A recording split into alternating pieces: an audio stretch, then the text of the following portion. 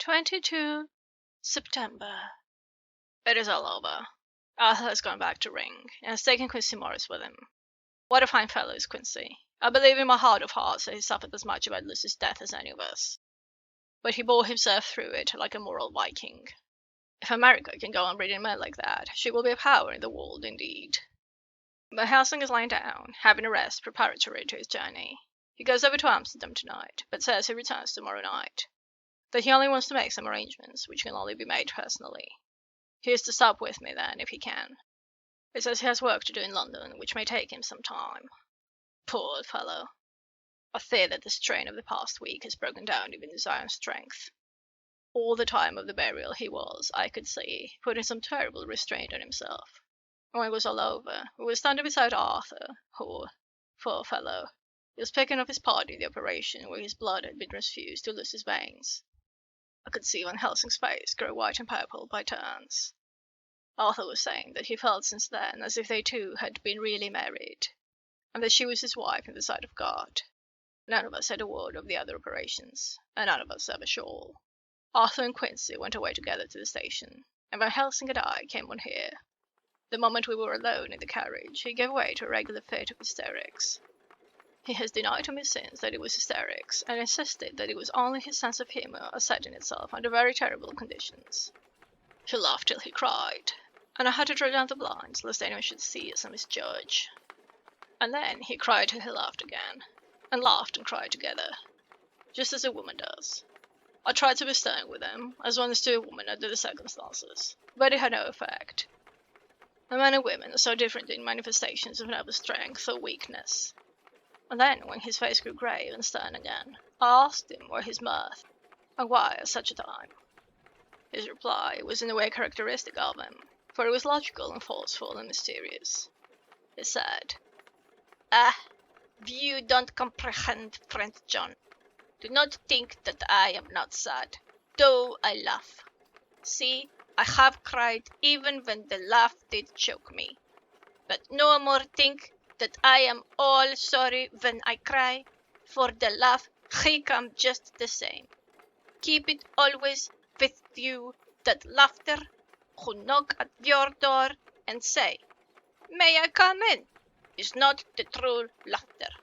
No, he is a king, and he come when and how he like. He ask no person. He choose no time of suitability.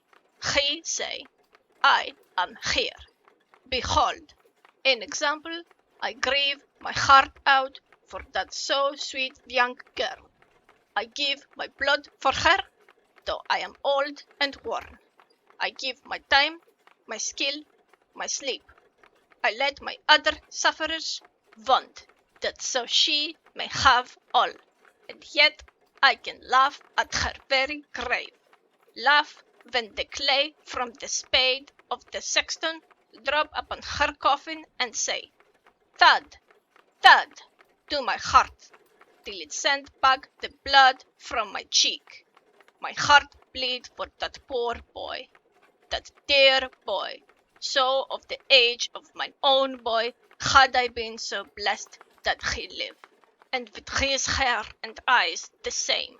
There, you know now why I love him so, and yet, when he say things that touch my husband's heart to the quick, and make my father heart yearn to him as to no other man, not even to you, friend John, for we are more level in experiences than father and son. Yet even at such moment King laugh, he come to me and shout and bellow in my ear, "Here I am," till the blood come dance back and bring some of the sunshine that he carry with him to my cheek.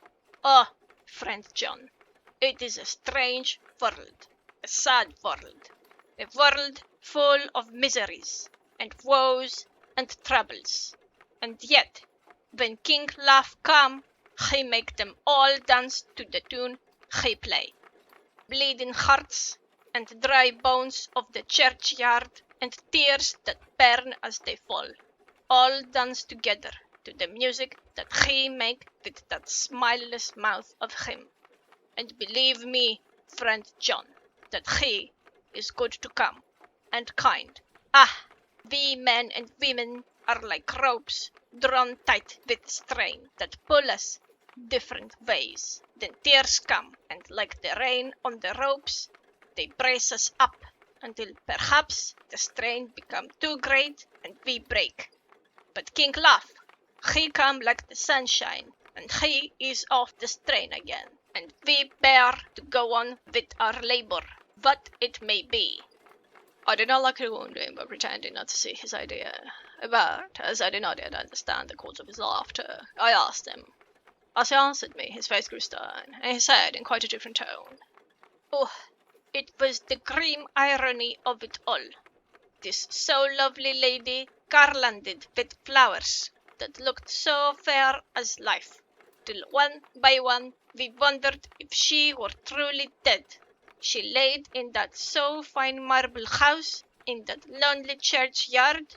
The rest so many of her kin laid there with the mother who loved her, and whom she loved, and that sacred bell going, toll, toll, toll, so sad and slow, and those holy men with the white garments of the angel pretending to read books, and yet all the time their eyes never on the page, and all us with the bowed head, and all for what? She is dead. So, is it not?" "Well, for the life of me, Professor," I said, "I can't see anything to laugh at in all that. Why, your explanation makes it harder puzzle than before. But even if the burial service was comic, what of our poor Art and his trouble? Why, his heart was simply breaking." "Just so. Said he not that the transfusion of his blood to her veins had made her truly his bride?" "Yes, and it was a sweet and comforting idea for him." "Quite so. But there was a difficulty, friend John. If so that, then, what about the others? Ho, ho! Then this so sweet maid is a polyandrist, and me, with my poor wife dead to me, but alive by church's law, though no wits, all gone, even I, who am faithful husband to this now no wife, am bigamist." "I don't see where the joke comes in there either," I said.